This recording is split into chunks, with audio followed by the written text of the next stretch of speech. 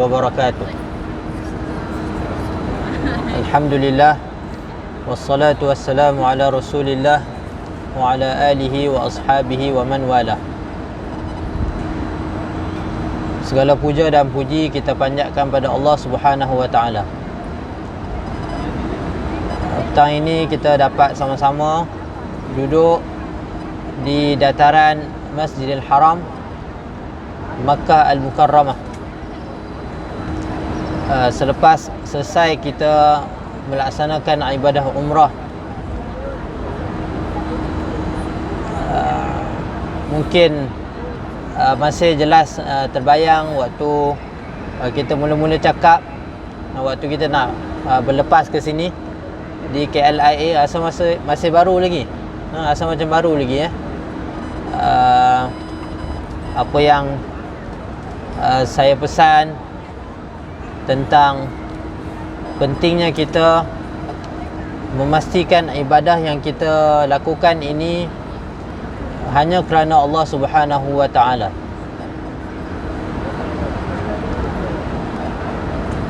Tuhan yang Maha Kekal. Maka kerana itu segala perbuatan yang dilakukan bukan kerana Allah Subhanahu wa taala tidak kekal. Hanya apa yang dilakukan untuk Allah Subhanahu wa taala yang Maha Kekal, yang akan kekal. Tuan-tuan, puan-puan rahmati Allah Subhanahu wa taala sekalian, petang ni untuk tazkirah kita, sebenarnya saya ingat nak dengar daripada mulut tuan-tuan dan puan-puan sendiri apa yang tuan-tuan dah lalui, pengalaman. Saya percaya masing-masing ada pengalaman masing-masing, ada perasaan masing-masing sepanjang setakat perjalanan kita ini. Tapi masa kita pun tak terlalu banyak lah petang ni.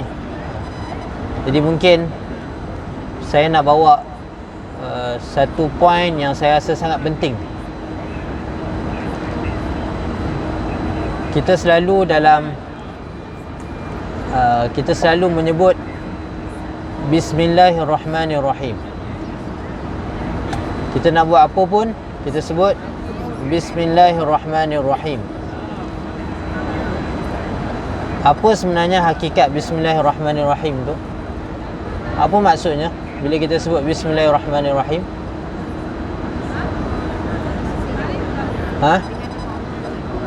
Dengan nama Allah. Apa maksud dengan nama Allah? Kerana Allah. Ini pun ada ulama bincang, kenapa kita sebut Bismillah, kalau kerana Allah, lillah. Kenapa tidak Bismillah? Kalau kata dengan nama Allah, sepatutnya billahi, dengan Allah. Apa sebenarnya yang kita nak sebut Bismillah tu? Most graceful and merciful. Ya, itu kita faham makna dia. Tapi sebenarnya apa maksudnya tu? Kebesaran Allah. Every time kita praise nama Allah. Tak, dengan tu. Apa maksud dengan tu? Bersama Allah. Dengan bersama Allah Subhanahu wa taala, ataupun dengan kebersamaan Allah Subhanahu wa taala bersama dengan kita. Itu salah satu maksud dengan.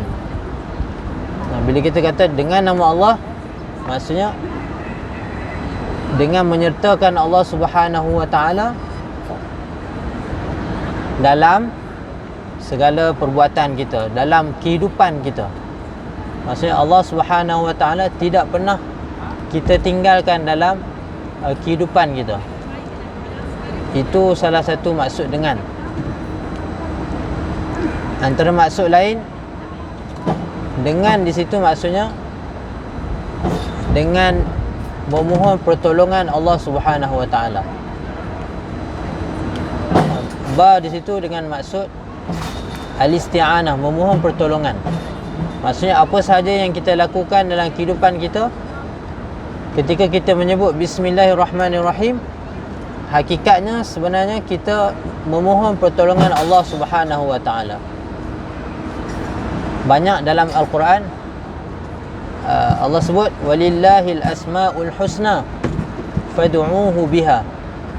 Bagi Allah Subhanahu wa taala nama-nama yang mulia, hendaklah kamu minta dengannya. Ini tafsiran daripada makna ayat ni. Ketika kita menyebut bismillahirrahmanirrahim, hakikatnya kita sedang minta pada Allah Subhanahu wa taala. Allah suruh kita minta pada Allah dengan menyebut nama-nama Allah Subhanahu wa taala. Yang ketiga, dengan di sini maksudnya dengan memohon keberkatan Allah Subhanahu wa taala. Ketika kita menyebut bismillahirrahmanirrahim, apa yang kita lakukan, apa yang kita cakapkan, apa yang kita niatkan, kita memohon keberkatan Allah Subhanahu wa taala. Apa maksud berkat? Apa maksud berkat? Selalu kita minta berkat. Keberkatan maksudnya az-ziyadatu fil khair, pertambahan dalam kebaikan. Kadang benda kecil kita buat, bila Allah beri keberkatan, benda tu jadi kebaikannya banyak. Kebaikan tu bukan untuk diri kita je, kebaikan tu ahli keluarga kita pun dapat, masyarakat kita pun dapat. Itu maksud berkat.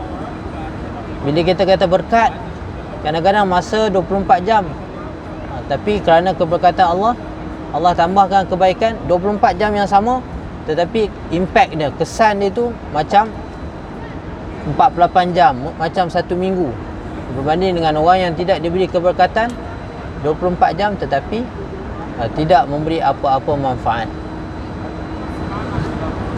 Bukan itu yang saya nak fokuskan petang ni. Dalam basmalah, dalam bismillahirrahmanirrahim, kita menyebut dengan nama Allah, maksudnya dengan menyertakan Allah, dengan memohon pertolongan Allah, dengan mengharapkan keberkatan Allah Subhanahu wa taala. Tuhan yang bersifat dengan sifat rahmat. Tuhan yang bersifat dengan sifat rahmat. Ar-Rahman dan Ar-Rahim, ini saya cerita secara ringkas lah sebab kita bukan ada masa yang panjang. Kedua-duanya membawa maksud rahmat. Sama ada rahmat yang umum dan menyeluruh. Tidak ada makhluk Allah melainkan dia mendapat rahmat Allah Subhanahu wa taala.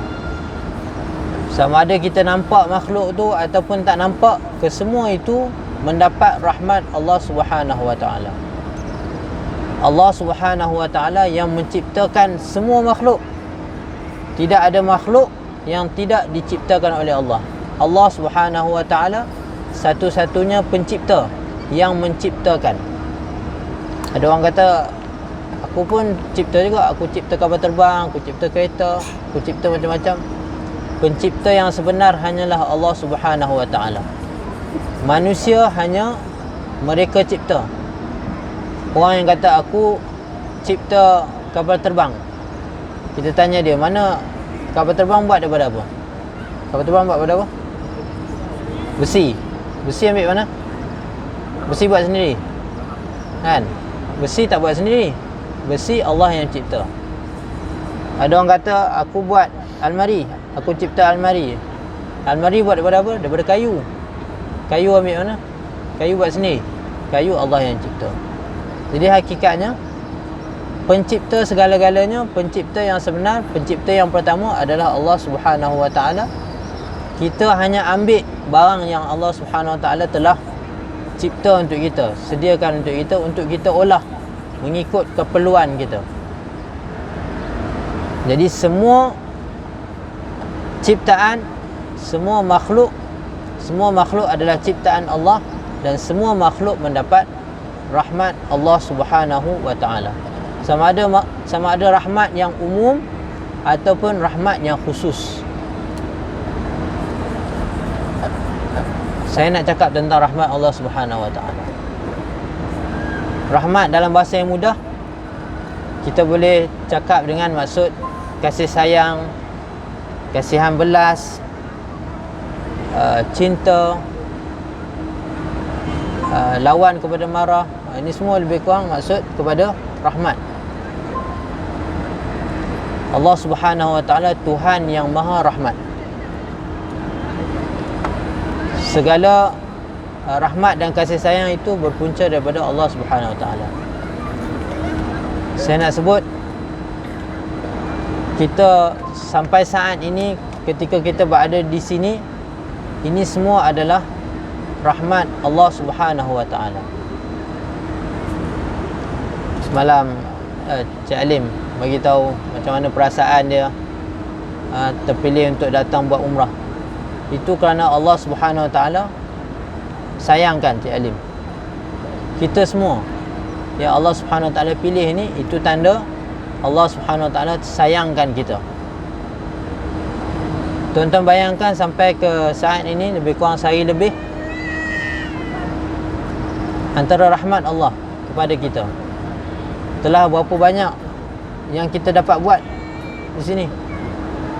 Perjalanan beribu batu itu, perjalanan itu adalah perjalanan ibadah. Tak sia-sia tu, bukan kosong. Persiapan kita untuk datang kerana ibadah, perjalanan kita kerana ibadah. Kita tinggalkan sebahagian ahli keluarga kita kerana ibadah. Korbankan perasaan kita, belanjakan harta kita, masa kita, kesibukan kita kerana Allah.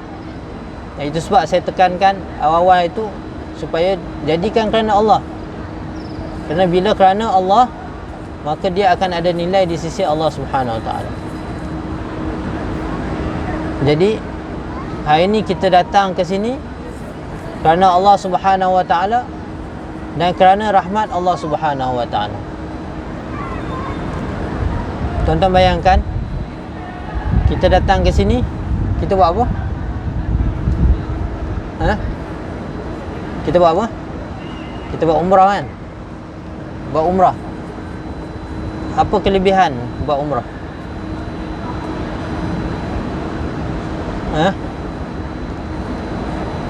Antara yang Nabi sallallahu alaihi wasallam sebut, al-umratu ila al-umrati kaffaratun lima bainahuma wal hajjul mabruru laisa lahu jazaa'un illa al-jannah. Allah kata, satu umrah ke umrah yang lain penghapus dosa di antara keduanya. Ini untuk orang yang kali kedua melakukan umrah ataupun umrah yang berikutnya. Jarak antara satu umrah dengan umrah yang lain, penghapus dosa di antara keduanya. Haji yang mabrur tidak ada balasan melainkan syurga Allah Subhanahu Wa Taala. Dalam satu hadis Nabi sallallahu alaihi wasallam, Nabi kata, man tafa usbu'an kana ka'idqi raqabah.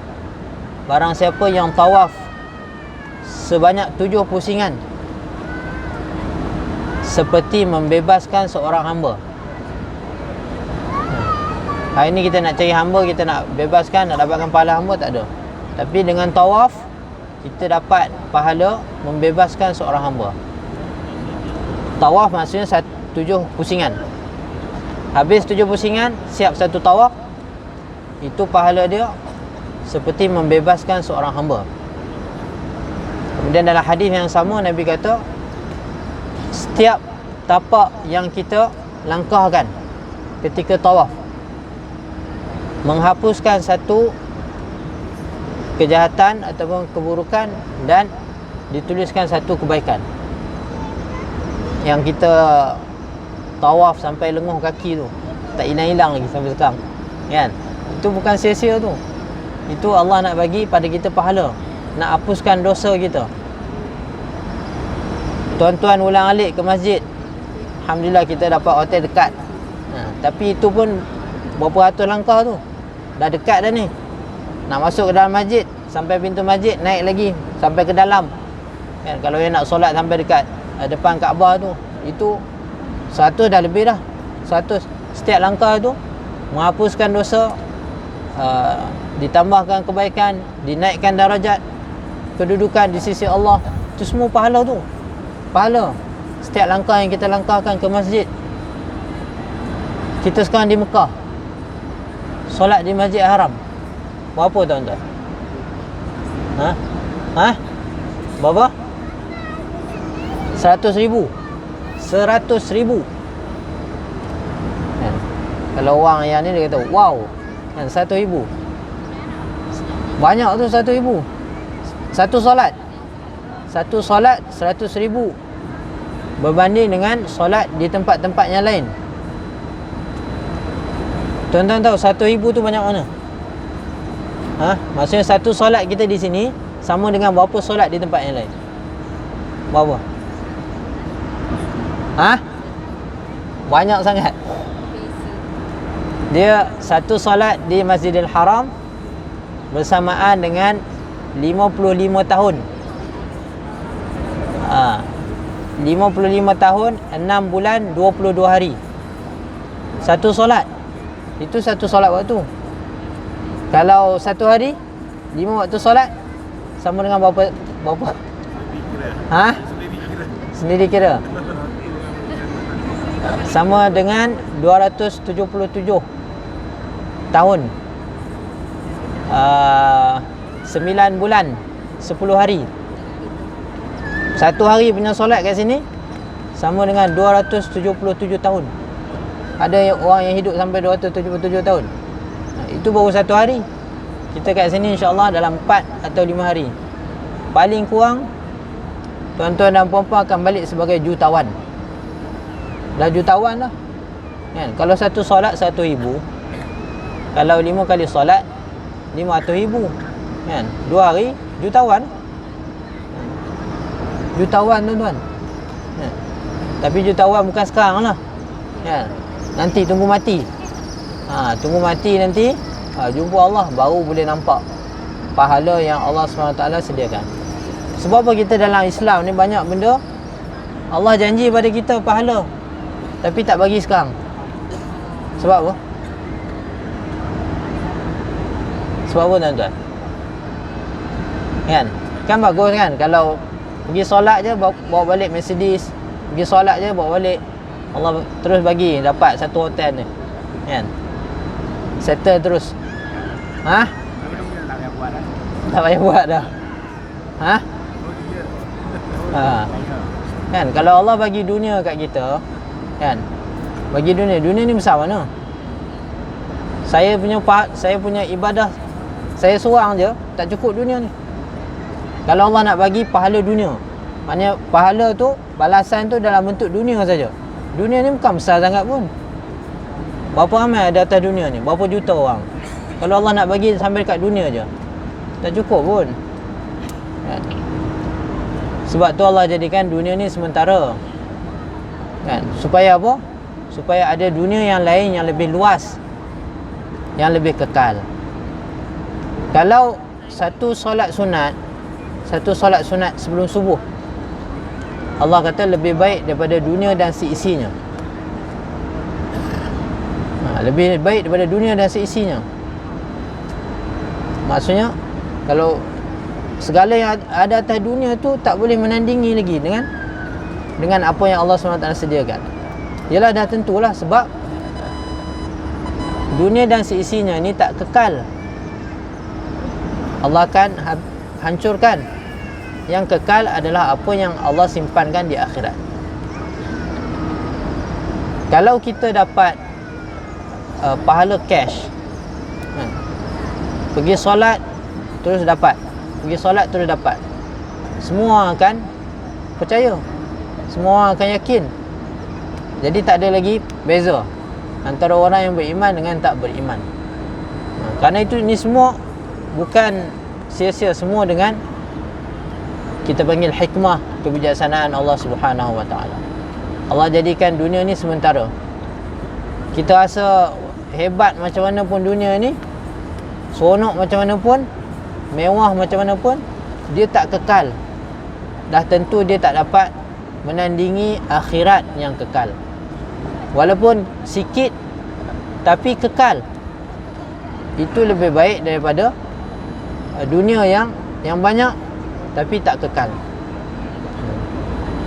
Ada orang kata, mau tak kalau aku bagi hotel ni tapi satu saat je berbanding dengan rumah kecil daripada hotel ni, tapi duduklah sampai bila-bila pun. Kita pilih mana? Rumah. Tak apalah, aku ambil hotel lah. 1 saat pun 1 saat. Habis 1 saat habis, tak ada apa. Rugilah. Baik rumah kecil tapi kekal. Itulah perbandingannya. Jadi apa yang saya nak kongsikan, sebenarnya makna rahmat Allah ni lebih luas lagi. Banyak kalau kita nak kongsi. Sebab tu saya sebut waktu di KLIA, 2 benda yang saya kata, tadabbur dan juga tafakur. Saya percaya dalam perjalanan ni banyak benda yang kita lihat, banyak benda yang banyak benda yang kita tengok. Itu semua kalau kita perhatikan dengan tadabbur, dengan tafakur, dia takkan pergi habis macam tu. Saya percaya tuan-tuan lalui perjalanan ni, kenangan tu akan kekal. Tuan-tuan akan ingat. Tapi jangan ingat, maksudnya ingat kosong macam tu. Ambil pengajaran. Banyak pengajaran kita akan dapat. Banyak yang kita perhatikan. Waktu kita di KLIA, kita nak tinggalkan keluarga kita, macam mana kita rasa perasaan meninggalkan keluarga kita? Kita dengan barang-barang kita bawa, sendiri-sendiri kita bawa, kan? Rasa panjang perjalanan kita, naik flight, tidur bangun tak sampai-sampai lagi, kan? Sampai ke sini kita buat umrah, ataupun sebelum nak sampai ke airport tu berjalan, rasa jauh. Buat umrah, jalan banyak dengan orang ramai. Itu semua kalau kita perhatikan dengan pandangan akhirat. Macam mana kita nanti perjalanan kita, ini semua adalah gambaran.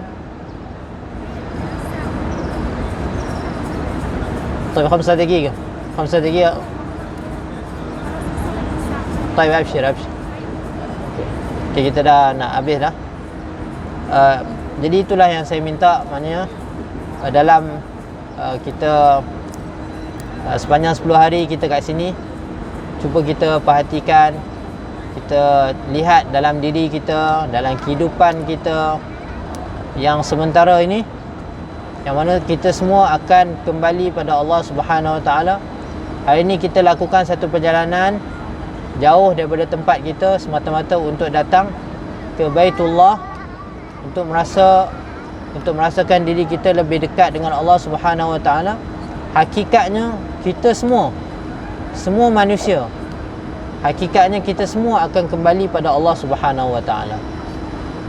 Sama ada dia suka ataupun tak suka. Tapi bezanya adalah cara bagaimana kita kembali pada Allah Subhanahu Wa Taala. Hari ni kita nak jalan ke sini, kita siapkan beg. Berhari-hari kita siapkan beg, buat persiapan dan sebagainya, sampai rasa penat siapkan beg. Tentulah juga kita nak balik ke akhirat yang lebih jauh lagi, kan? Bukan dalam beberapa jam saja, tetapi beratus-ratus tahun. Kita tak tahu berapa lama kita di alam kubur, kita di alam mahsyar, di titian sirat. Itu semua memerlukan masa yang panjang untuk kita kembali ke kampung halaman kita. Itu saya cakap kat siapa ya? Dia kata saya nak balik kampung. Saya kata saya datang sini, saya nak balik kampung. Kita semua akan balik kampung. Kampung halaman kita bukan dunia. Kita bukan orang dunia. Kita asal syurga. Kita dicipta, Nabi Adam dicipta dalam syurga. Itu asal keturunan kita. Kita ni semua akan balik ke syurga. Tapi orang yang tersalah jalan, dia takkan dapat balik kampung dia. Orang yang tersalah jalan, yang sepatutnya balik ke syurga, dia akan jatuh ke neraka. Itu yang kita tak nak. Itu yang kita tak nak. Alhamdulillah sampai saat ini kita hidup sebagai seorang yang beriman. Jaga iman tu. Iman tu lah yang kita nak pertahankan, supaya bila kita mati nanti, itulah lesen yang paling besar untuk kita masuk ke kampung halaman kita, syurga, tempat yang kekal abadi. Innal ladzina amanu wa 'amilus solihati kanat lahum jannatul firdausi a'la. Sesungguhnya orang-orang yang beriman dan beramal soleh, bagi mereka itu syurga Firdaus yang sangat tinggi. khalidina fiha la yabghuna anha hiwala. Kata Allah, dia kekal dalam tu dan dia tak nak keluar daripada syurga itu. La yabghuna anha hiwala. Itulah kampung halaman kita, syurga kita. Siapa saja yang masuk dalam syurga, dia tak nak keluar lagi. Semoga Allah Subhanahu Wa Taala, seperti mana Allah menghimpunkan kita di sini, kita dipertemukan semula di syurga Allah Subhanahu Wa Taala. InsyaAllah. Nanti dalam syurga nanti kita boleh sembang lagi panjang, insyaAllah.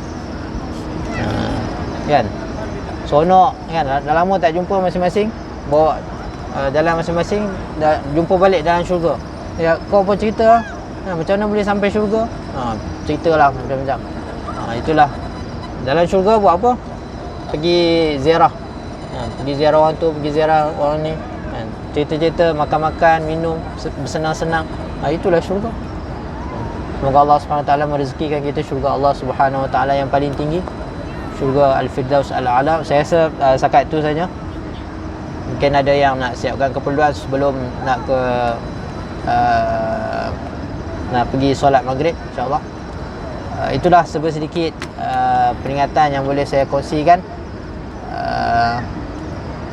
Banyak sebenarnya kalau nak cerita tentang Mekah, tentang sejarah Mekah tu, insyaAllah nantilah waktu esok lah.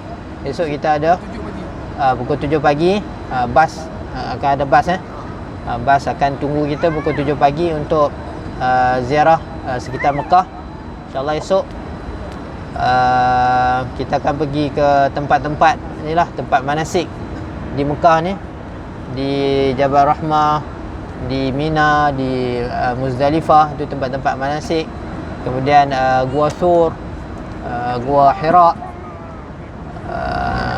lebih kurang macam itulah tempat-tempat manasik sekitar Mekah untuk kita kenal lebih dekat. Dah alang-alang kita dah sampai ke Mekah ni, tanah haram, kita nak kenal bumi Mekah ini, apa sejarahnya, apa kelebihannya, apa dia punya kedudukannya, supaya kita ada rasa pengagungan itu, rasa sayang, rasa cinta, rasa pengagungan terhadap bumi Mekah ini. Dengan itu insya-Allah kita dapat mendekatkan diri kepada Allah Subhanahu Wa Taala. Banyakkan lagi amalan di sini dengan perasaan yang penuh ta'zim kepada Allah Subhanahu Wa Taala. Ada apa-apa soalan ke? Soalan daripada yang WhatsApp. Ya.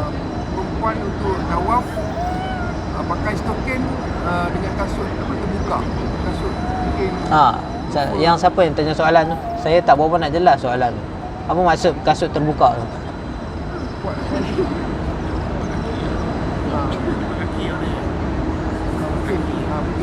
Oh, nampak kaki. Kita kalau dalam mazhab Syafi'i memang kaki itu sebahagian daripada aurat. Jadi tawaf ni macam solat. Nabi sebut dalam hadis, tawaf ni macam solat kecuali boleh cakap. Beza tawaf dengan solat, solat tak boleh cakap, tawaf boleh cakap. Boleh cakap.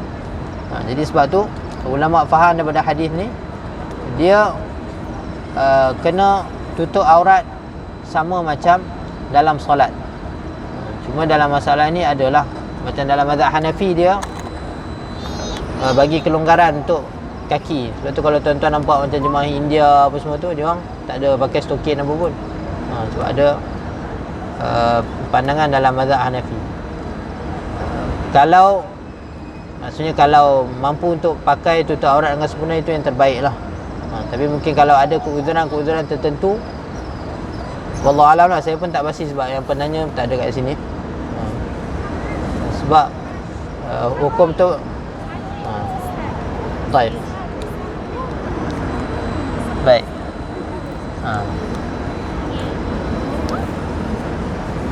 Itu sajalah. Wallahu taala alam, wa sallallahu ala nabiyyina Muhammad wa ala alihi wasallam. Terima kasih masa tuan-tuan dan puan-puan.